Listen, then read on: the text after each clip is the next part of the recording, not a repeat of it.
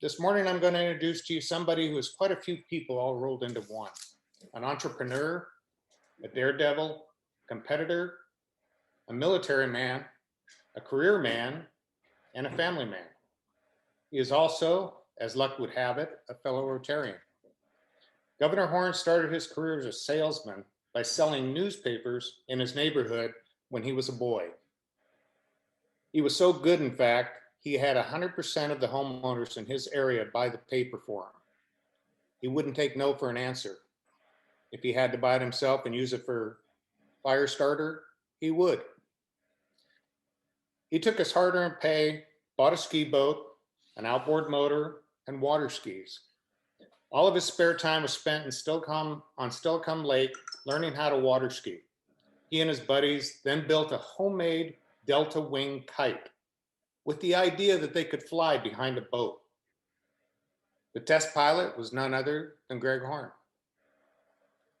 With 175 feet of rope, he flew so high he could see for miles. Greg began competitive water skiing from trick, jump, barefoot, and speed skiing. His specialty was barefoot, and he won the Western Regional Championship. He was very adept at thinking outside the box and won a British Columbia competition by shortening the tow rope from 75 feet to just 5 feet. He won the competition, going the length of the lake and back when others were falling well short of that. Of course, the rules had to be modified the next year to prevent anybody from shortening the rope. Greg went to the University of Washington and is a Delta Upsilon legacy. Why the Delta Epsilon? They had the best skiers and they liked to party. He also joined the Navy and trained during the summers in Pensacola, Florida, while still going to college during the year. He took his water skis with him to Florida and won the first competition he entered. As luck would have it for Greg, he also met some Blue Angel pilots who were avid water skiers. I don't know how he managed, but occasionally he was excused from training to attend water ski practice at a nearby lake with the guys. Greg then opened up another chapter of his life with Pat Connolly to build Connolly water skis in Pat's basement.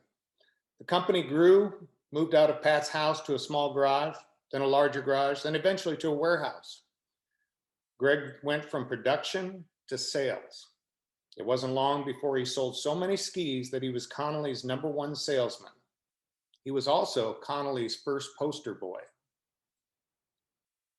He maintained that distinction until he retired over 30 years later. After college, he began racing boats, where he ended up meeting his soon-to-be best friend, John. They bought race boats together and took turns driving. The boats were called outboard tunnel hulls. He truly enjoyed the thrill of racing. One boat in particular was named the Hooker because it would violently hook in the water and flip over. If Greg was lucky, it would roll all the way over and land right side up. Greg would just get back in the boat and keep going. Mary hadn't given him many ultimatums in their marriage, but she did say, choose to either keep racing or have kids, because she didn't want to raise a family alone. He chose family. So who is Greg Horn? Is it the entrepreneur who brings new ideas to Rotary? Is it the daredevil who thinks outside the box and is willing to take risks? Is it the career man who is outgoing and innovative? Is it the military man who is disciplined and focused? Is it the family man who is loving, fun, and caring? Is it the Rotarian who gives selflessly to his local community and encourages other Rotarians to grow? Or is it Greg's big heart, which is willing to help anyone at any time? These are all character traits of a wonderful person and a great district governor. And this is Greg Horn. Welcome, Governor. Well, thank you, Chris. You must have done some deep digging, because a few of those things I had forgotten about. Holy cow. I don't know where you did your research, but you're to be commended. This is really cool. Well, good morning, Nor'Wester Rotary. Proud to be here with you. And it's obviously a different year, and I'm going to talk about that. But I am so proud of all of the Rotary clubs throughout the district. But I start every one of my talks. And by the way, this is my 91st talk, 91st official talk. And we have 91 clubs in the district. So you're kind of the caboose on this thing, but I've had 90 other times to practice and get my talk down right. It's truly a pleasure. Greg, you saved the best for last. That's all. I did. I certainly did. And I know we were hoping to put the date way out to May 14th, so maybe I could be there in person. I'm sorry it didn't work, but I will come. I want to come to your club sometime, maybe next year when you meet, and meet everybody face to face. That's important. I won't be governor. I'll be the past district governor, but I'd sure love to come up there anyway. Well, I start every talk by thanking every Rotary club in the district for two things that have happened in the past that didn't quite happen before. And Rotary clubs have stepped up in such an important way on these two different things that never really happened. And they've helped people throughout their local communities when they really were in need of help. And that is food insecurity and virtual learning for kids. And food insecurity, wow, with this COVID, there were a lot of people out of work that were never out of work before. People that never thought they'd be out of a job found out they were out of a job. And maybe they didn't plan enough for unemployment or whatever, but clubs stepped up throughout the entire district in that respect. Thank you. And then virtual learning.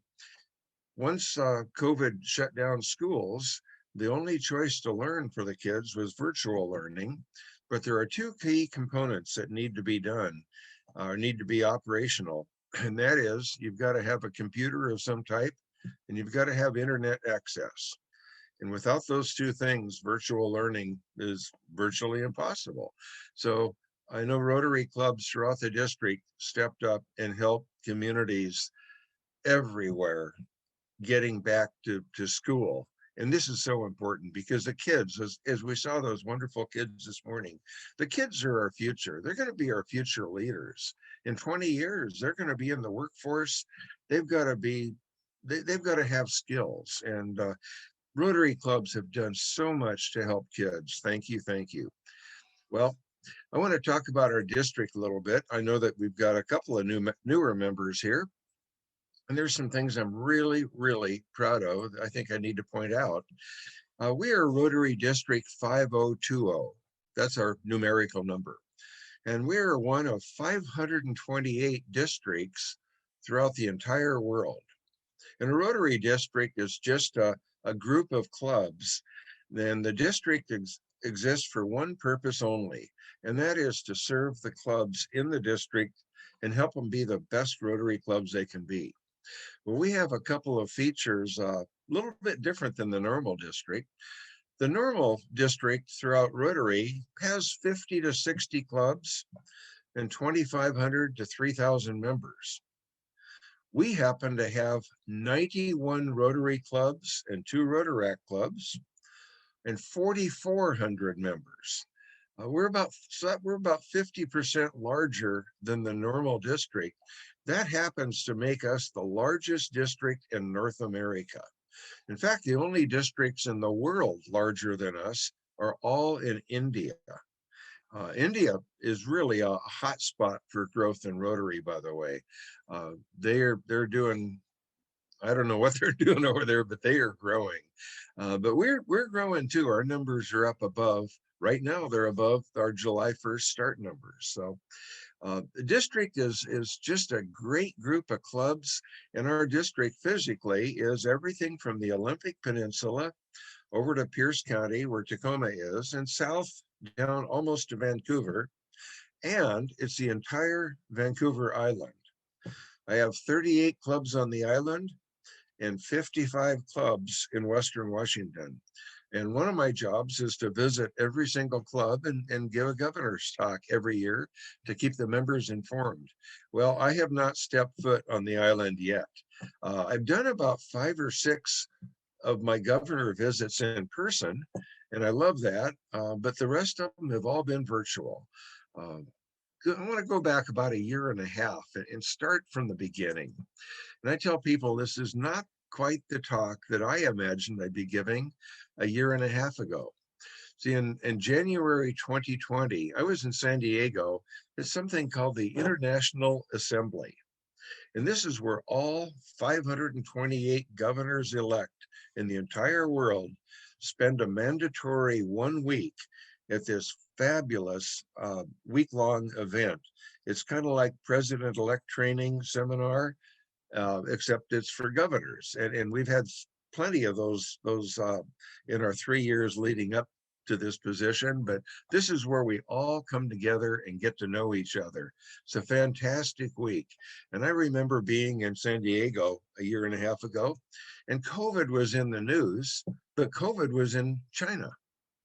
And we kind of looked a little bit suspiciously at a few of the people from China. There weren't too many, but there were a few people in China at the meeting, and we were wondering if they brought it with us. Well, they didn't. Well, a month later, we were in Pacific Northwest Pets, and I remember being there, and Anthony, you were there with me. Great thing. 500 presidents-elect get together every year in Seattle for 3 days of president-elect training, and it's absolutely fabulous. There are presidents-elect from Alaska, from British Columbia, from all over Washington and Oregon and Idaho, and even California. 500 presidents-elect.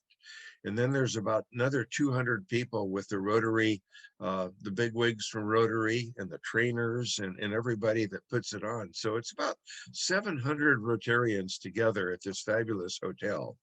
And certainly we were more aware of COVID at that time, but we truly had no idea what was coming. Well, March came, and all of a sudden the entire world shut down for a week or two, including Rotary. But thank goodness for Zoom. We had something to fall back on. And there were a few people familiar with Zoom. I wasn't too familiar with it, but I'd been in a few Zoom meetings. But all of a sudden, every single Rotary club in the world had to figure out Zoom. And I'm very proud of how quickly they did.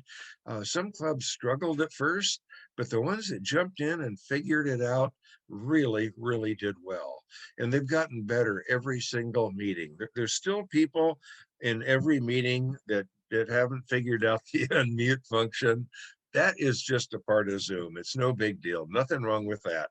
We all make that mistake. I think the funniest thing, if you go to Gig Harbor Rotary on Friday mornings, they meet at this time. They actually hold up a doll, and on one side it says mute, and on the other side it says unmute. Anyway, I think I know the future of Rotary, and it's going to be hybrid meetings. Well, I was calling them hybrid up until Christmas. Last Christmas, we were all locked down, and I was in my house, as most of us were, and I was on the internet, and I found a website that just intrigued me. A very short name, but a big impact. Actually, it's called tgig.org. TGIG, TGIG, and it stands for the Global Impact Group. And if you can, look it up. It is a organization that's kind of focused on helping Rotary move into virtual meetings. And they actually don't call them hybrid meetings. They call them VIP, virtual/in-person. So if you have a few minutes afterwards, look up tgig.org. And by the way, we have free technical assistance for setting up VIP meetings in the future when you need it. I've formed a technical team at the district, and we are going to be able to make recommendations on what cameras to use that are proven to work best, which model cameras, and which audio equipment you'll need. They're a little bit more complicated to set up than just a Zoom meeting, but they certainly have the advantages that we can meet together, and then those that choose to meet from home can meet from home. And I think that truly will be the future of most Rotary meetings. I happened to be down in Hoquiam a few weeks ago for a real live meeting. And they have decided for the near future, they're going to meet every other week in person and every other week on Zoom. I think down the road, they will also take that challenge of figuring out how to do VIP meetings. Well, as Chris said, I was asked to join Rotary some time ago, actually 25 years ago last month. And when I first joined, I thought I was joining a service organization. I was certainly impressed with it. But over the years, I've learned it's a lot more than just a service organization. We're a leadership organization. And if you look at Rotary clubs throughout the district or throughout the whole world, they're made up of leaders, community leaders, business leaders, government leaders, and most importantly, we have younger people in the Rotary clubs that want to become leaders. And I truly can't think of a better way to learn leadership skills than through associating with mentors like yourself at Rotary clubs. You learn leadership just by doing things, and you certainly have that opportunity in Rotary clubs. Well, 3 years ago, I was selected to become district governor, and I wondered what kind of impact I might make for the district. And I certainly wanted to make I didn't want to change it for the sake of changing, but I wanted to leave the district in as good a shape as possible. My biggest mission this year was to change the district database that we used from Club Runner to something called DAC-DB. That stands for District and Club Database. I'd done quite a bit of research. I felt it was a more powerful database. It was very intuitive and easy to learn. I had always struggled with Club Runner, so I made the decision with the help of a 9-person panel that studied it along with me in July and August, and we switched the district. So where I'm going with this, we are in the area of electronic communications like Zoom and other things like never before. We have moved years in the last year. And DAC-DB, I think, really fits the needs of the district. The clubs are absolutely free to stay with Club Runner if they'd like, because all we have to do is read the information from the Rotary International database, and we operate quite nicely. However, if you want to ever change over, there's some very, very nice offers that DAC-DB has made, but it's your choice. Also, they have a mobile version. And I think the toughest thing for people to figure out in the beginning is that everybody in the district has access to DAC database. Whether you're not you're on a Club Runner club, you are already in DAC database. And I challenge you, try this on either your computer or your phone. It's m.dacdb.com. That's their mobile version. And it's a really, really cool database. I use it all the time on my phone. And I actually use it on my computer because it lays out the information a little bit differently. So you can either go to dacdb.com or m.dacdb.com. Well, in my position as governor, a lot of people wonder what I do. Well, I guess I'm the CEO of the district for a year, just 1 year. And my gosh, this year has gone by quickly. I've got less than 7 weeks to go. Same for you, Chris. We're going to be down the road in 7 weeks. I am the officer of Rotary International, and I guess that means if something goes sideways, I got my head on the chopping block. I'm responsible for everything that goes on with all 91 Rotary clubs and 2 Rotaract clubs. But I like to call myself the head cheerleader. I'm just a very common Rotarian with a huge passion for Rotary. And I'd like to go back 116 years and tell you what I think happened. Rotary is 116 years old. And in 1905, when Paul Harris and 3 friends started Rotary, they didn't do it to build it into the wonderful organization it is now. I think they were a little bit selfish. Nothing wrong with that. But Paul Harris was a newbie in Chicago. He didn't know too many people, and he wanted a core group of friends. So he started a weekly meeting in his office, and then it rotated every week to the other three offices. And that's where the name Rotary came up with, or that's where they got the name Rotary, because it rotated. And it was a networking organization, probably the first networking organization. It grew into Rotary very quickly. A lot of people don't know, but the very first service project that Rotary did, they realized they need something in the downtown streets of Chicago. Does anybody know what it was? If you want to unmute. Wasn't it street lamps? The public. No, Toilet. no, they had street lamps. They needed something more important than street lamps, I think. Yeah, they needed a toilet. Yeah, toilet. The very first service project they did was they put bathrooms in downtown Chicago, so people that would come into the city to shop would have a bathroom. That did not exist before Rotary. They got that idea. And that was their very first service project. I'm kind of proud of that. Well, I told you that the district operates for one reason only, and to serve the clubs. I'm here to talk a little bit, but I'm also here to listen. But I've got a couple of hints along the way. One of the best Rotary meetings, if you ever want to see a really cool Rotary meeting, is done at this time, Friday mornings, by Gig Harbor Rotary. They meet at 7 a.m. every Friday, but what they do, they have a small breakout rooms for the first 30 minutes, and then they send people in and out of these rooms to socialize, and they really have been working well. But they also record every one of their meetings, and so you can go back at any time and watch any of the Gig Harbor Rotary meetings. They're packed with humor, they're packed with fun. So they start at 7 a.m., but officially they open at 7:30 and end at 8:30. But you can see them at gigharborrotary.org. That's their website, and they're all recorded. They're on the upper left-hand page. A couple of years ago, my wife and I were co-chairs of the district conference in Tacoma. It was at the Hotel Murano. And I'm bringing this up because I wanted to talk about what I call the power of one in Rotary. One person came to us a couple of months before the conference, and they had an idea. And they said even back then there was some food challenges in Pierce County, and they wondered if we could help. And they brought together brought a program to us, and we raised $12,000. And what that did, that purchased 50,000 meals.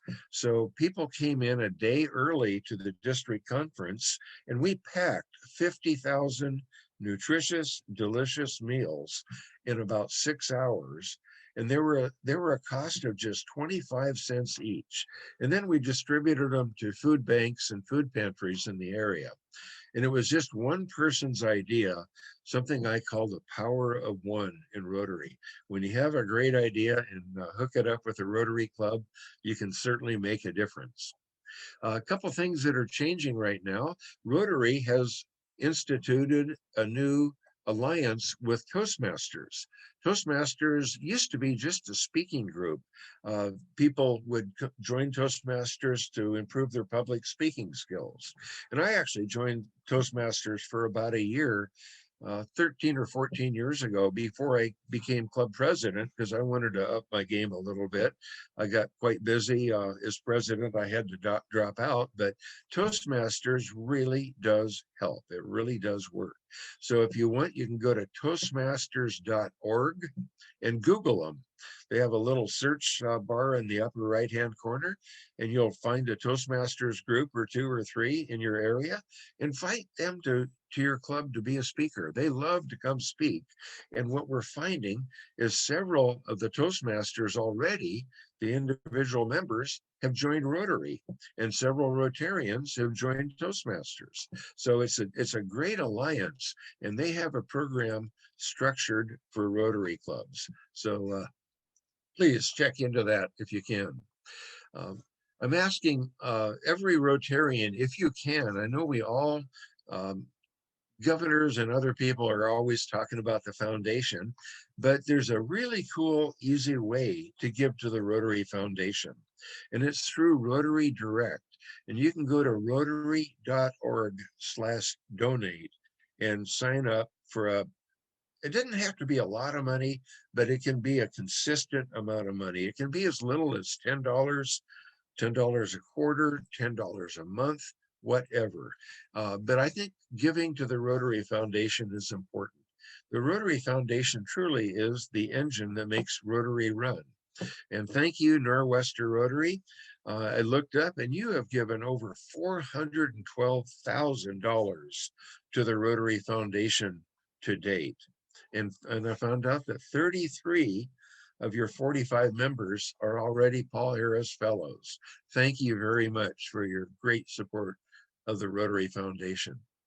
Part of the Rotary Foundation, for the new members that don't know, we have a part called the Polio Plus campaign.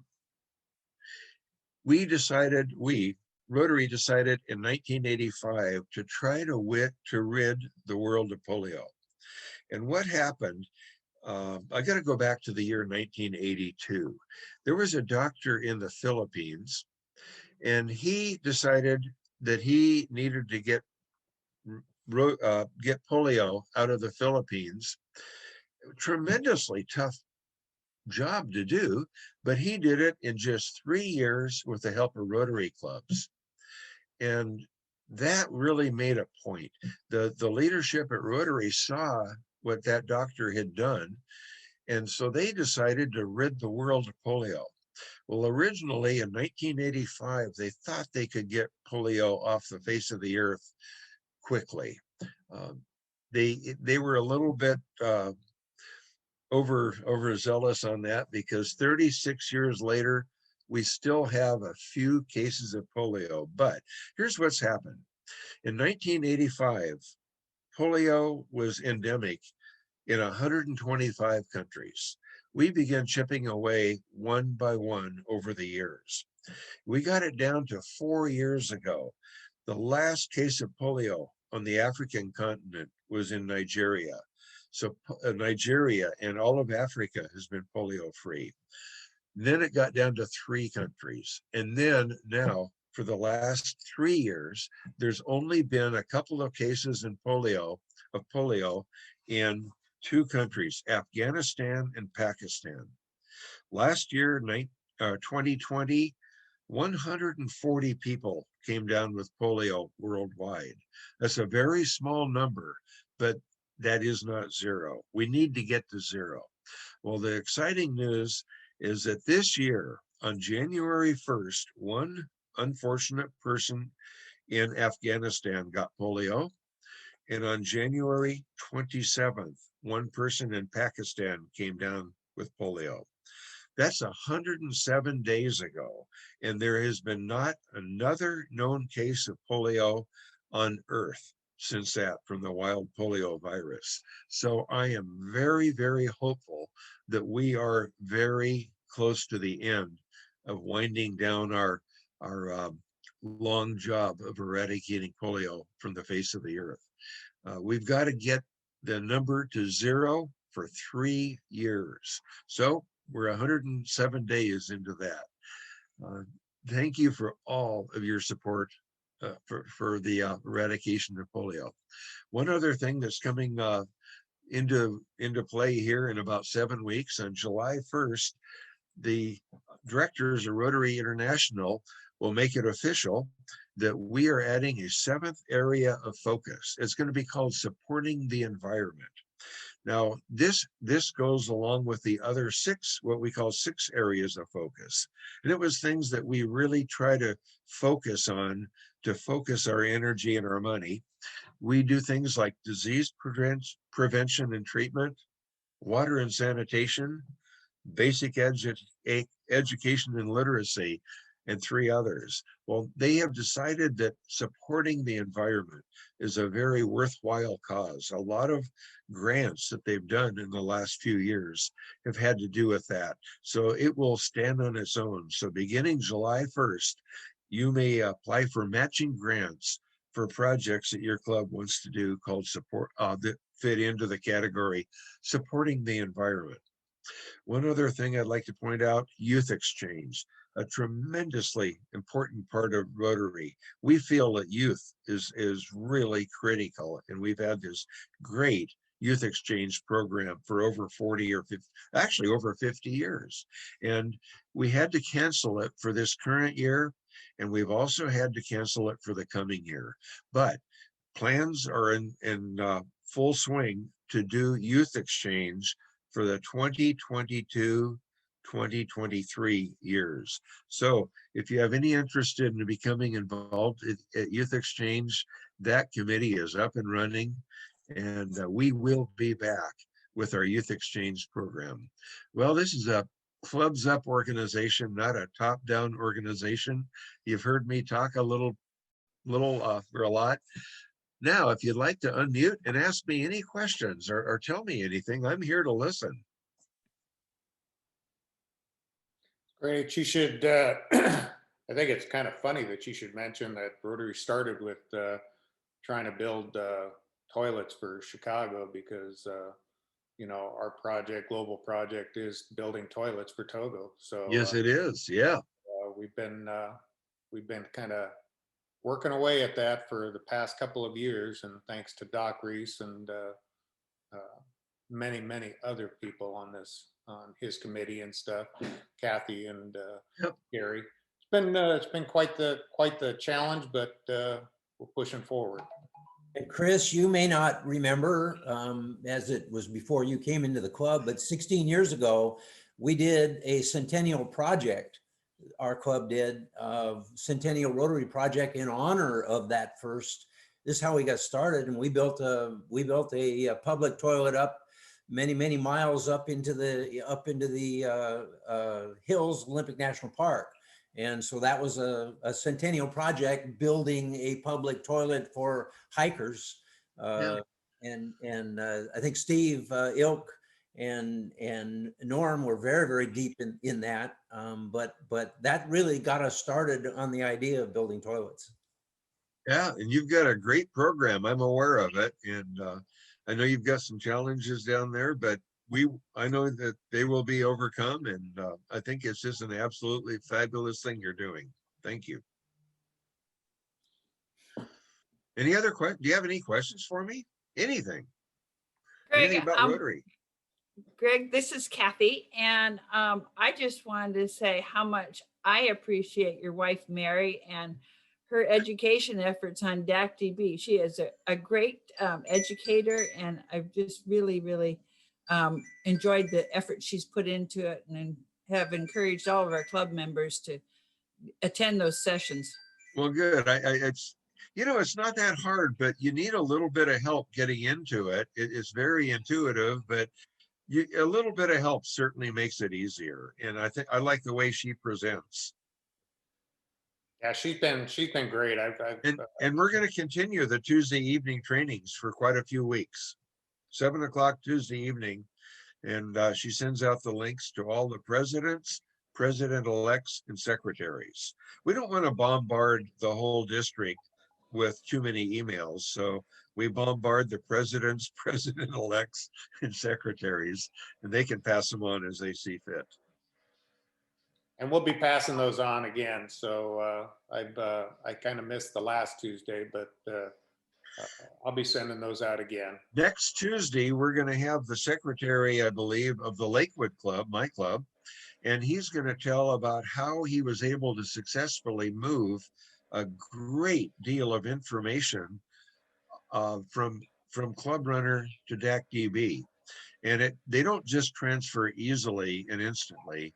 You have to download them from Club Runner and then upload them from your computer back to DAC-DB. But he was very successful in figuring out the shortcuts. So he'll be talking about that next Tuesday night. Have you had any information? Anybody talk to you about the other clubs utilizing the financial part of that DACA site? Yes, yeah. My own club, Lakewood, just started recently, and quite a few other clubs are doing the finance part. The nice thing is they have their own version that integrates 100% with QuickBooks, and it is set up for Rotary clubs, and it makes it very, very easy.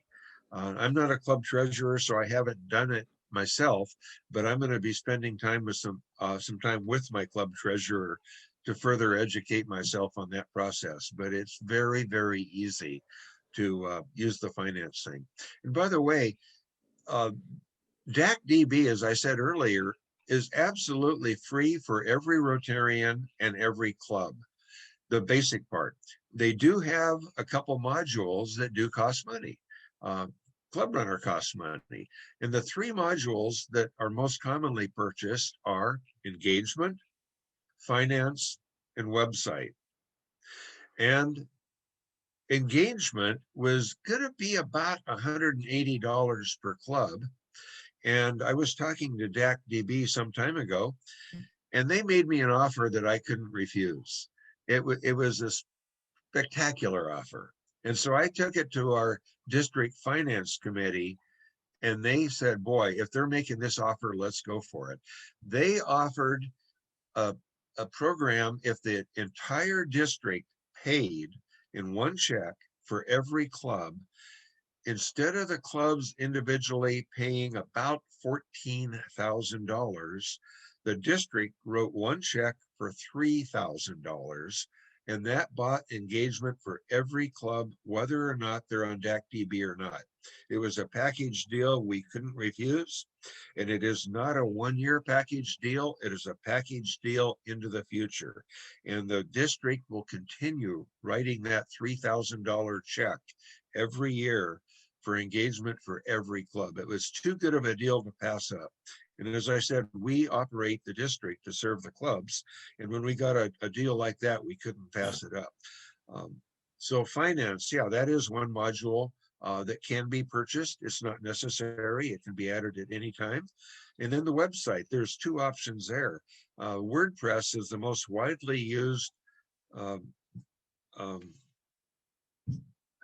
website in the world. Forgot that name, website. But they also have their own version called Easy and Beautiful. And it is truly easy and beautiful.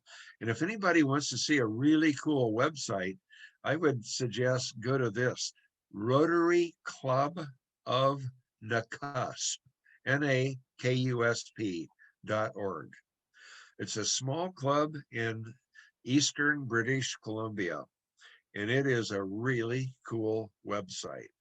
Rotary Club of Nakusp.org. We are getting more and more websites up and running, and I'll have a list of all of the websites that Easy and Beautiful does, but it's their proprietary product that they offer at DAC-DB, and it is very easy to do them. Great. Any other questions? Other questions for Governor Horn? Hey, Greg, Doc Rice here. Hi, Doc.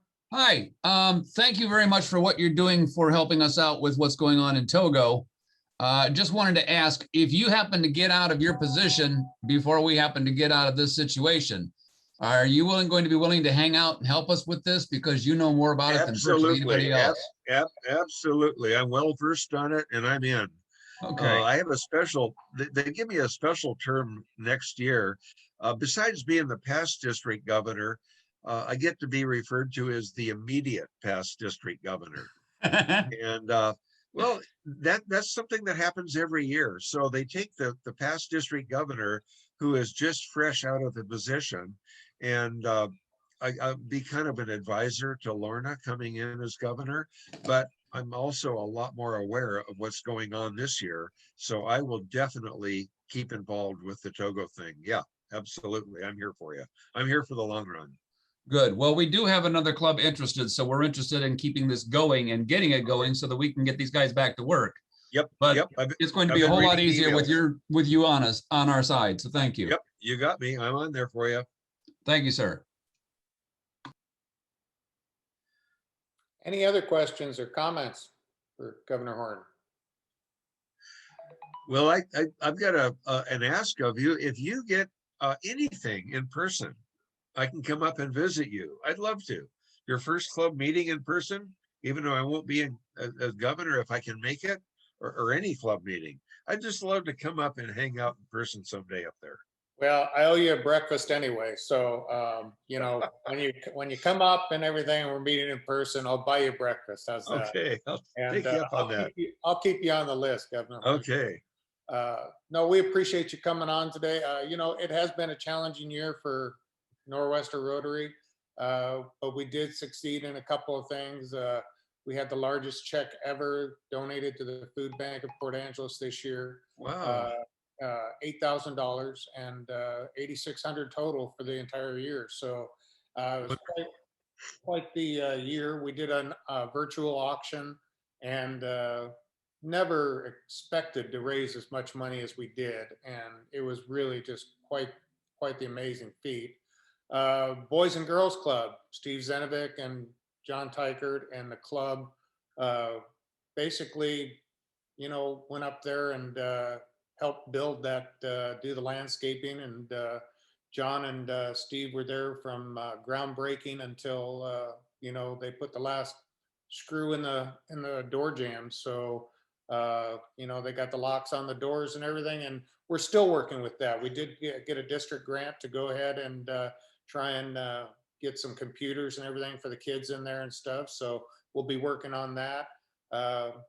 Again, we got, it's been challenging, but you know, we've tried to keep moving forward. So we do have, I believe this year, if I'm not mistaken, Steve, let me know, but I believe we've gained 5 new members. So even in COVID, I mean, we're gaining. Even in COVID, it's possible. And I've seen a lot of those new members, they're able to join because of Zoom. Yeah. It's Which probably is why not as big. which is why we'll keep part of the Zoom as part of the meetings. Yeah. And stuff. So Yeah. One other thing I've seen, oh, by the way, I forgot to mention our district conference. Early on, we were going to have our district conference at the Great Wolf Lodge, May 14th and 15th. That is coming up. Well, we had to cancel it. And then I had the idea that if we could move it all the way to the end of October, COVID might be behind us. We determined recently that wasn't possible. The Canadian border is still shut down. And when you go to reserve a place for a district conference, you don't do it a month or two in advance. You typically do it a year or two in advance. Things don't move as quickly on a big conference as we'd like. So we could not adequately guarantee a number of rooms without putting the district financially at a lot of risk that if we had to cancel, we'd be on the hook for. So our district conference is going to be Friday, June 4th, virtually.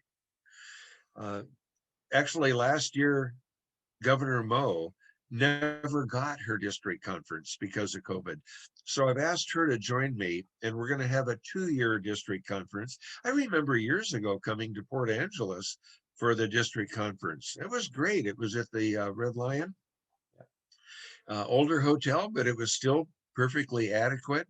Since then, we've moved a lot of them to Victoria and Tacoma and different places, but this year it'll be virtual. 5:30, we will have some light entertainment, 5:30 to 6, so people can log in. And it will go just for 2.5 hours, 6 p.m. till 8:30. The registration link will be sent out very soon. It will be a personalized registration for everybody. And all you have to do is click on it to register, and it's free. You don't have to travel. Just carve out a couple hours on a Friday evening, pour yourself a cocktail and join the conference. And I hope to see you there. By the way, what you told me, I've heard many times from other clubs. This year, people didn't know what was coming with the challenges of COVID, but most clubs have raised more money. I think people have been in a very generous mood to give to Rotary clubs. And also the Rotary auctions that we typically do have had a lot less overhead because of the virtual aspect. So the bottom line in almost every case has been bigger. So congratulations. That's great. Thank you, Governor. Thank you. Any other questions for Governor Horn? Well, Governor Horn, thank you very much. I'm sorry we couldn't meet in person, but like I said, I've got your email and I'm going to go ahead and email you once we start meeting in person. And like I said, I owe you breakfast. So I'm only 2 hours away, so I'll be up there. Okay. So I appreciate you coming on and thank you for the insight into the future and everything. And we look forward to hearing more. So. Okay. Thank you. All right, everybody, I'm going to go ahead and call the meeting. So everybody have a wonderful weekend. Stay safe and Don't forget about the foundation board. We need a quick foundation board, stay on. Foundation board, stay on, please. Please, this should be very, very quick. Okay. All right.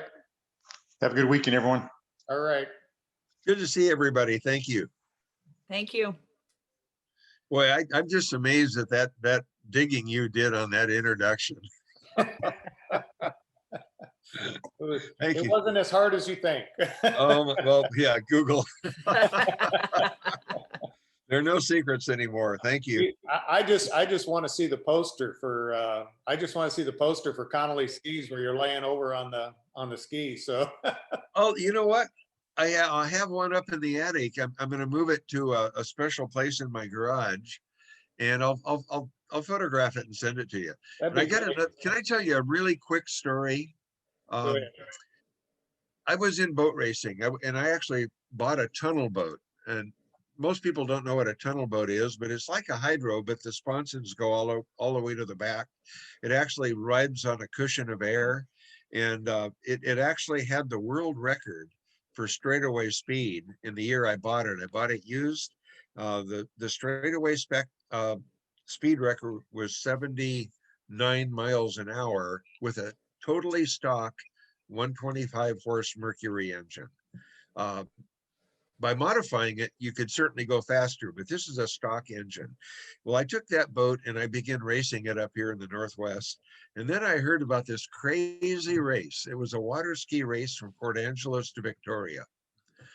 And I thought, my God, if it's calm water, we could probably win. Well, we took that boat up to Victoria. I was the driver. There was no room for an observer. I put my skier on behind and we took off. And partway across the straits, a storm came up and waves came up. I turned around to look back and I didn't see anything but the rope going through the wave. And then occasionally the skier would come over the top. Then one time there was no skier. There was some handles. The handle was following me. I had no idea where the skier was. I was in the middle of the Straits of Juan de Fuca, very close to sinking my boat, by the way. And I saw a helicopter hovering over us, over something a little ways away. I figured it might be my skier, so I went over where the helicopter was. He climbed in the boat. We idled back to, we just nosed it back to Port Angeles. I think we would have done well if it was calm water, but it was anything but calm. I could have lost the boat easily in that stupid race, but it was something that seemed like the right thing to do, is try that. That daredevil in you again. Yeah. I'll send you a picture of that tunnel boat and I'll send you a picture of my poster. Okay. All righty. I appreciate Okay. it. Well, thank you. Good Take day.